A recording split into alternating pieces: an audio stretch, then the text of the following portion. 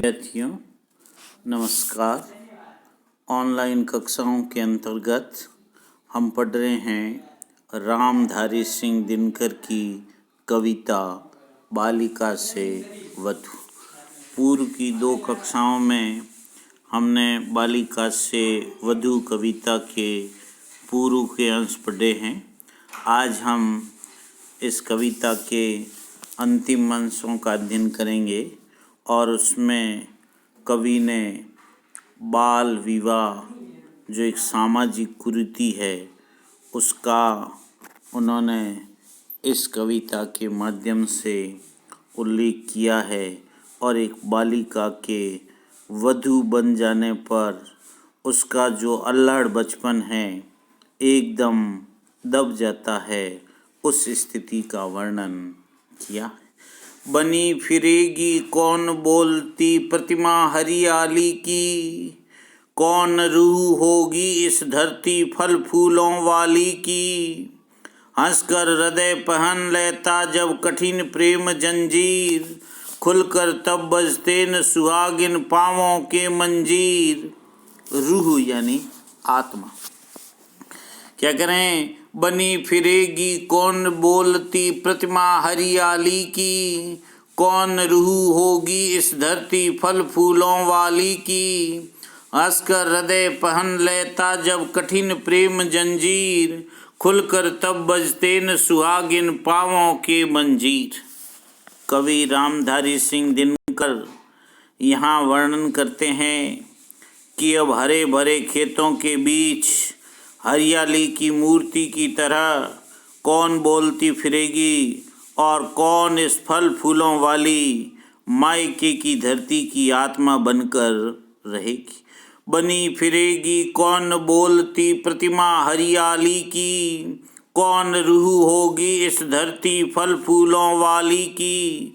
कवि रामधारी सिंह दिनकर वर्णन करते हैं कि हरे भरे खेतों के बीच हरियाली की मूर्ति की तरह कौन बोलती हुई फिरेगी और कौन इस फल फूलों वाली मायके की धरती की आत्मा बनकर रहेगी। हंसकर हृदय पहन लेता जब कठिन प्रेम जंजीर, खुलकर तब बजते न सुहागिन पाँवों के मंजीर। मंजीर का मतलब पायजेब से हैं, उसके पैरों में पहनी जाने वाली पायजेब से अर्थ मंजीर शब्द से लिया है। हंसकर हृदय पहन लेता जब कठिन प्रेम जंजीर, जब हृदय हंसकर कठिन प्रेम रूपी जंजीर धारण कर लेता है तब हे सुहागिन बालिका वधू, तुम्हारे पैरों के पायजेब खुलकर नहीं बजते हैं। कहने का भाव यह है कि वधू बन जाने पर, अपने वधू बन जाने तथा अपने प्रिय के प्रेम से आकृष्ट हृदय वाली बालिका में स्वाभाविक लज्जा एवं संयम का संचार होने लगता है। हंसकर हृदय पहन लेता जब कठिन प्रेम जंजीर, खुलकर तब बजते न सुहागिन पाँवों के मंजीर। तब जब हृदय हंसकर कठिन प्रेम रूपी जंजीर धारण कर लेता है तब हे सुहागिन बालिका वधू, तुम्हारे पैरों के पायजेब खुल कर के नहीं बजते हैं, उसमें जंजीर लग जाती है। कहने का भाव यह है कि जब बालिका जब वधू बन जाती है और अपने प्रीतम के प्रेम में आकृष्ट हो जाती है तो स्वाभाविक बालिका में एक स्वाभाविक लज्जा और संयम का भाव पैदा हो जाता है और वह प्रेम की जंजीर में बंध जाती है। यानी यहाँ बालिका के मायके और ससुराल के वातावरण में जो अंतर आ जाता है उसका स्वाभाविक चित्रण है। मायके में वह एक स्वतंत्र है, स्वतंत्र तरीके से आचरण करती है, तो वहाँ वह एक नियंत्रण में रह कर के उसे कार्य करना पड़ता है। तो दोनों मायके और ससुराल के वातावरण का जो अंतर आता है उसका चित्रण किया गया है। अनुप्रास और मानवीकरण अलंकार है। घड़ी गिनी जाती तब निशिभर उंगली की पोरों पर, प्रिय की याद झूलती है सांसों के हिंडोरों पर, पलती है दिल का रस पीकर सबसे प्यारी पीर, बनती और बिगड़ती रहती पुतली में तस्वीर। कवि कह रहा है, घड़ी गिनी जाती तब निशिभर उंगली के पोरों पर, बालिका वधू में यौवन आगमन होने पर वह रात भर उंगली के अग्रभागों पर समय बीतने की गिनती करती है और प्रिय की याद झूलती है सांसों के हिंडोरों पर और उसके हृदय से निकलने वाली लंबी हिंडोले पर प्रिय की याद झूलती रहती है। कहने का भाव यह है कि वह प्रीतम की याद में रात भर सो नहीं पाती है। घड़ी गिनी जाती तब निशिभर उंगली की पोरों पर, प्रिय की याद झूलती है सांसों के हिंडोरों पर। कवि रामधारी सिंह वर्णन करते हैं कि बालिका वधू में यौवन के आगमन होने पर वह रात भर उंगली के अग्रभागों पर समय की गिनती करती रहती है कि इतना समय बीत गया है और उसके हृदय से निकलने वाली लंबी सांसों रूपी हिंडोले पर प्रिय की याद झूलती रहती है। कहने का भाव यह है कि वह रात भर अपने प्रियतम की याद में सो नहीं पाती। पलती है दिल का रस पीकर सबसे प्यारी पीर, बनती और बिगड़ती रहती पुतली में तस्वीर। पलती है दिल का रस पीकर सबसे प्यारी पीर, उस समय उसके हृदय का रस पीकर सबसे प्यारी प्रेम वेदना पलती रहती है। पलती है दिल का रस पीकर सबसे प्यारी पीर, उस समय उसके हृदय का रस पीकर सबसे प्यारी प्रेम वेदना पलती रहती है और बनती और बिगड़ती रहती पुतली में तस्वीर और बार बार प्रियतम के स्वरूप की तस्वीर आँखों की पुतलियों में उभरती और मिटती रहती है। पलती है दिल का रस पीकर सबसे प्यारी पीर, बनती और बिगड़ती रहती पुतली में तस्वीर, उस समय उसके हृदय का रस पीकर सबसे प्यारी प्रेम की वेदना पलती रहती है और बार बार प्रीतम के स्वरूप की तस्वीर आँखों की पुतलियों में बनती है और बिगड़ती जाती है। कहने का अर्थ है उसके हृदय में प्रीतम को लक्ष्य कर प्रेम वेदना, मधुर स्मृति एवं उत्सुकता के भाव का संचार होने लगता है। अनुप्रास, रूपक एवं मानवीकरण अलंकार है। पड़ जाता चस्का जब मोहक प्रेम सुधा पीने का, सारा स्वाद बदल जाता है दुनिया में जीने का। मंगलमय हो पंथ सुहागिन ये मेरा वरदान, हर श्रृंगार की टहनी से फूले तेरे वे अरमान। कवि कह रहा है, पड़ जाता चस्का जब मोहक प्रेम सुधा पीने का, सारा स्वाद बदल जाता है दुनिया में जीने का। मंगलमय हो पंथ सुहागिन ये मेरा वरदान, हर श्रृंगार की टहनी से फूले तेरे अरमान।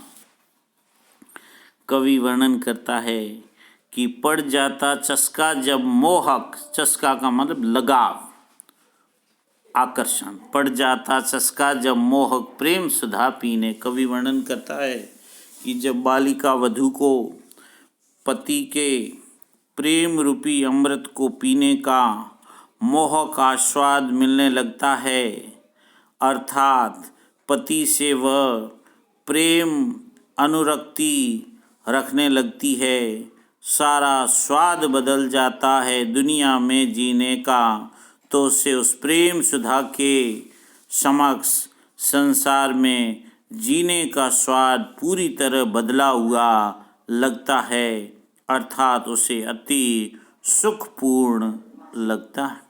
पड़ जाता चस्का जब मोहक प्रेम सुधा पीने का, सारा स्वाद बदल जाता है दुनिया में जीने का। कवि वर्णन करता है कि जब बालिका वधू को पति के प्रेम रूपी अमृत को पीने का मोहक आस्वाद मिलने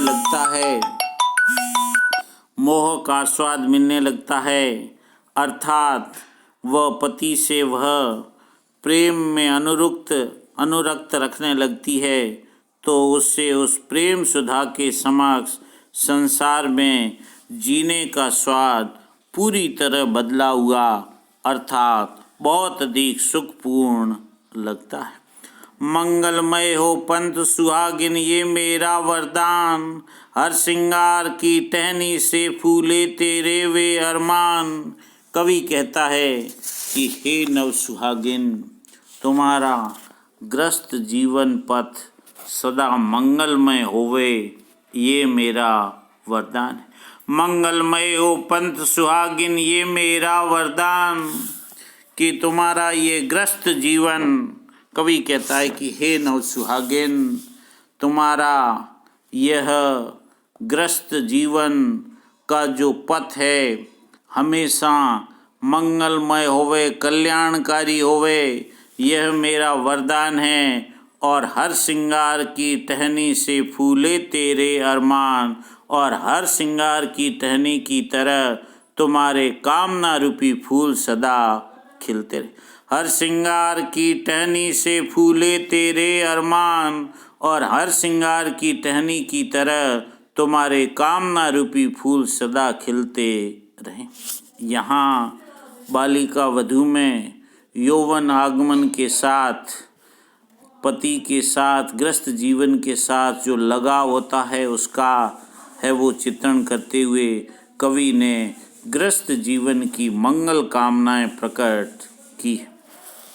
अनुप्रास और उपमा अलंकार। जगे हृदय को शीतल करने वाली मीठी पीर, निज को डुबो सके निज में मन को इतना गंभीर, छाया करती रहे सदा तुझको सुहाग की छां, सुख दुख में ग्रीवा के नीचे हो प्रीतम की बहां, पल पल मंगल लग दिन त्योहार, उनका प्रेम फूट कर हो आंचल में उजली धार। आंचल में उजली धार, पल पल मंगल लग्न जिंदगी के दिन दिन त्योहार, पल पल छाया करती रहे सदा, छाया करती रहे सदा तुझको सुहाग की छां, सुख दुख में ग्रीवा के नीचे हो प्रीतम की बहां। यहाँ कवि कह रहा है कि हे बालिका वधू, छाया करती रहे सदा तुझको सुहाग की छां।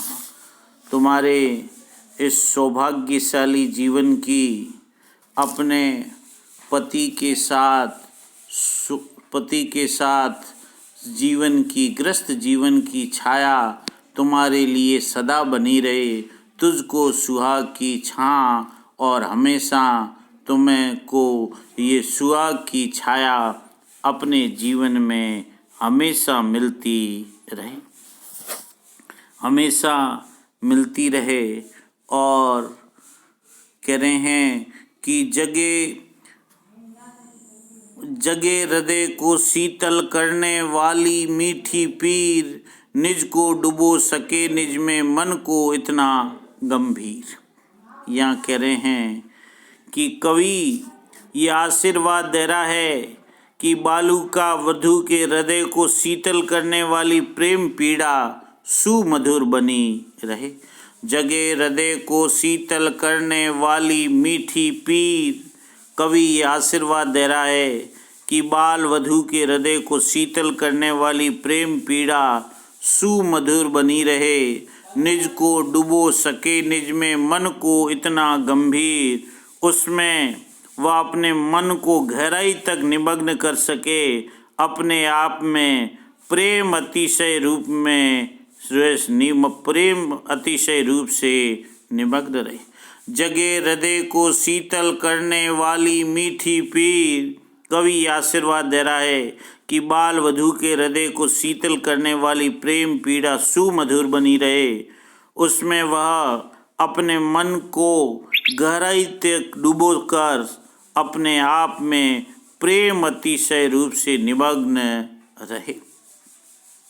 छाया करती रहे सदा तुझको सुहाग की छां, सुख दुख में ग्रीवा के नीचे हो प्रीतम की बाह। उसे सुहाग की छाया सदा सुख प्रदान करती रहे और सुख दुख में सदा उसके गर्दन के नीचे प्रीतम की बाह रहे। छाया करती रहे सदा तुझको सुहाग की छां, सुख दुख में ग्रीवा के नीचे हो प्रीतम की बाह। कवि यहाँ कह रहा है उसे सुहाग की छाया सदा सुख प्रदान करती रहे और सुख दुख में सदा उसके गर्दन के नीचे प्रीतम की बाह रहे। कहने का आशय यह है कि प्रीतम हर हालत में उसे प्रेम सहयोग करता रहे। पल पल मंगल लग्न जिंदगी के दिन दिन त्योहार, उर का प्रेम फूट कर हो आंचल में उजली धार। पल पल मंगल लग्न जिंदगी के दिन दिन त्योहार। कवि कह रहा है कि बाल वधू की जिंदगी हर क्षण मंगलमय हो, पल पल में मंगलमय हो। पल पल मंगल लग्न जिंदगी के दिन दिन त्योहार।